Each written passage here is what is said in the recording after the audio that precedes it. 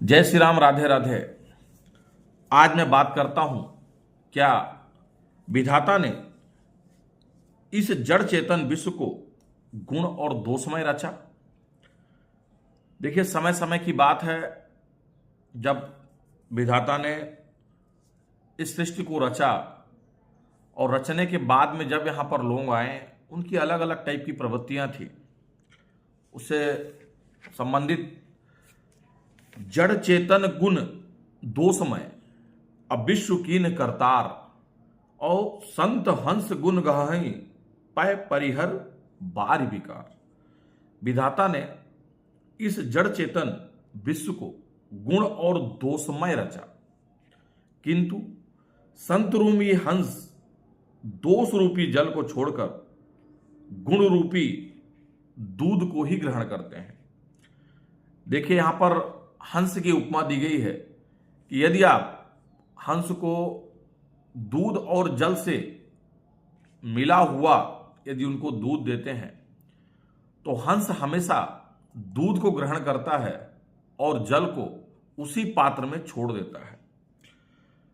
यहां पर जो जल जिसमें कई अवगुण होते होंगे ऐसा बताया गया है, परंतु हंस गुण को ही चुनता है, अर्थात वह दूध को ही चुनता है, बाकी जल वहीं पे छोड़ देता है। अस विवेक जय दे विधाता तब तज दोष गुण ही मनुराता। काल स्वभाव कर्म बरियाई अब भले प्रकृति बस चुकई भलाई। विधाता जब इस प्रकार का विवेक देते हैं तब दोषों को छोड़कर मन गुणों से अनुरुक्त होता है, गुणों में अनुरुक्त होता है।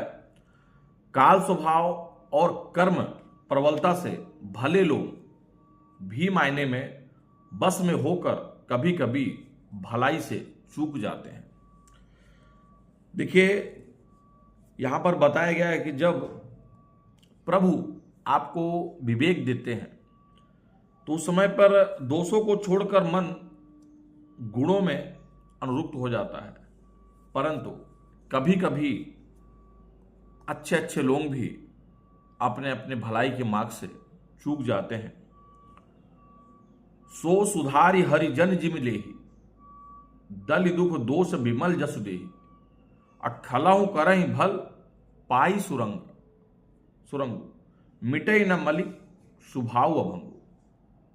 भगवान के भक्त जैसे उस चूक को सुधार लेते हैं जहां उनसे भूल हुई थी और दुख दोषों को मिटाकर निर्मल यश देते हैं, वैसे ही दुष्ट भी कभी कभी उत्तम संग पाकर भलाई करते हैं, परंतु उनका कभी भंग ना होने वाला मलिन स्वभाव नहीं मिटता है।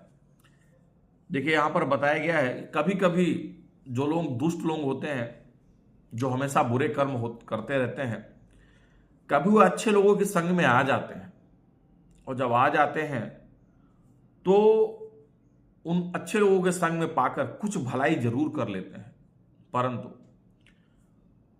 उनका यह जो मोह होता है ना, कुछ समय के लिए ही होता है, बाद में वो पुनः अपने रूप में आ जाते हैं। क्योंकि देखिए क्या होता है, प्रवृत्ति कभी बदली नहीं जाती है। कुछ संतों को पाकर लोग सच में प्रवृत्ति बदल देते हैं, परंतु ऐसा बहुत ही कम होता है कि लोग अपनी प्रवृत्ति को बदल दें। मतलब यदि उनके पास में द्वेष की भावना है तो वह दोष की भावना कभी खत्म नहीं होगी, भले आप अच्छे लोगों के संपर्क में आ जाइए, पर कुछ समय के बाद फिर से उसी प्रकार के हो जाएंगे वो।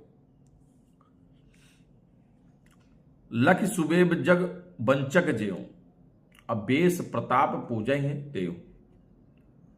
और उघरी अंत ना होई निवाहू काल नेम जिम रावण राहु। जो ठग होते हैं उन्हें भी अच्छा बेस बनाए देखकर बेस के प्रताप से जगत पूछता है। देखिए, यहां पर जरूर इस चीज पर विशेष ध्यान दीजिएगा। जो वेशधारी ठग होते हैं, ऐसे ठग जो किसी न किसी का वेश धारण कर लेते हैं, उन्हें भी अच्छा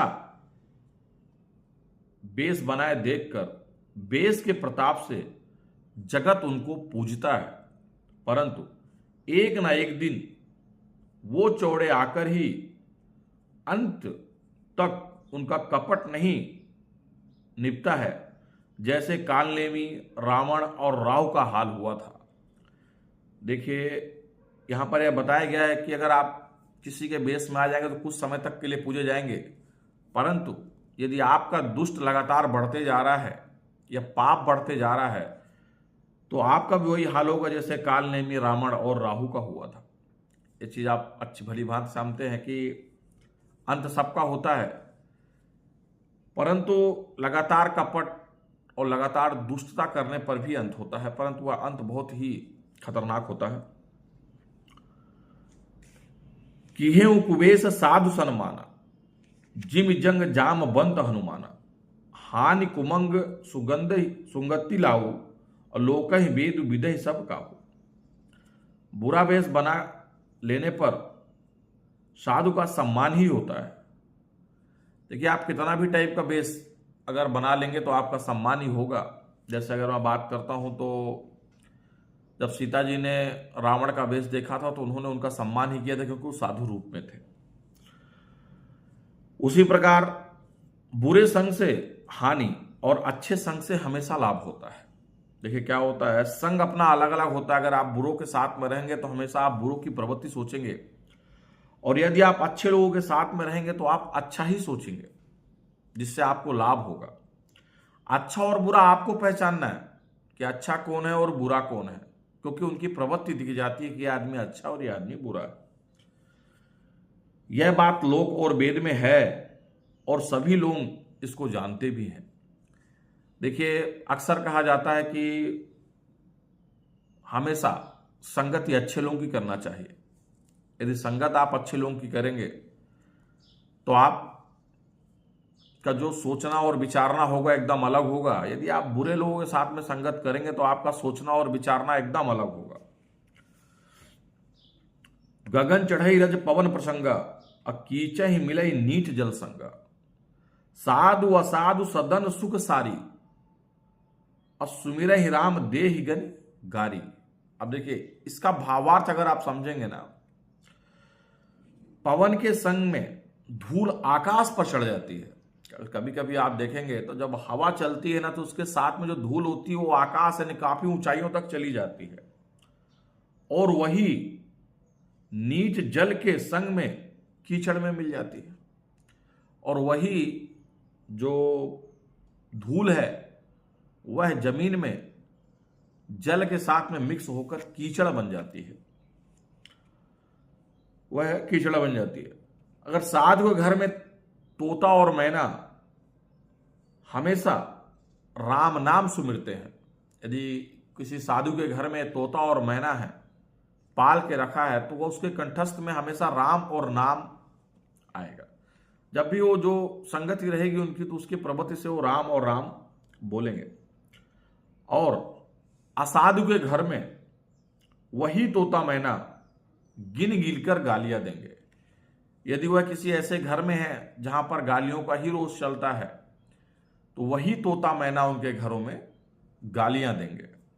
देखिए, यहां पर यह समझाया गया है कि बुरी संगत के साथ में अगर आप रहेंगे तो बुरी प्रवृत्ति ही करेंगे। यहां तक कि जो अपने तोता और मैना होते हैं जो लोगों के पढ़ाए जाने पर पढ़ते हैं, तो यदि वह अच्छी साधु के समीप में है जहां पर अच्छे कर्म होते हैं तो वह अच्छे अंदर राम राम ही जपेंगे। और वही तोता और मैना यदि बुरे जगह पे है जहां पर गालियां और गलौच होता है तो वहां पर वही और तोता और मैना गालियां ही बकेंगे। तो यह मनुष्य के स्वभाव के ऊपर निर्भर रहता है, और मनुष्य हर चीज जानता है कि कौन अच्छा और कौन बुरा है, परंतु वह किसी न किसी संगति में आकर अपने आप ही ऐसी भावनाएं करता है कि कोई दुष्ट होता है तो कोई अच्छा होता है।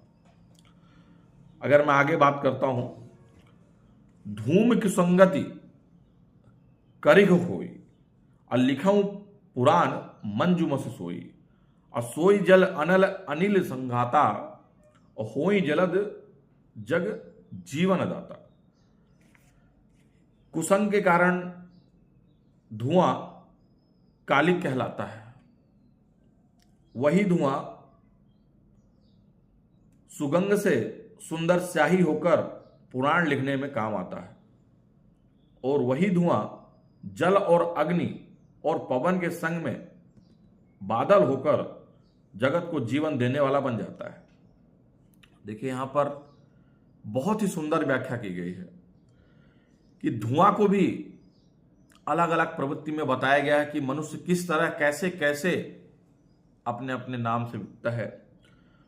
कुसंगत के कारण अगर धुआं कालिक में बदल जाता है, वही धुआं से यदि आप अच्छा लोगों के साथ में मिलकर सुंदर स्याही होकर पुराण को लिखने में काम आता है, भक्ति सागर को लिखने में काम आता है, वही धुआं जल अग्नि पवन के संग में बादल होकर जगत को जीवन देने वाला जल बन जाता है।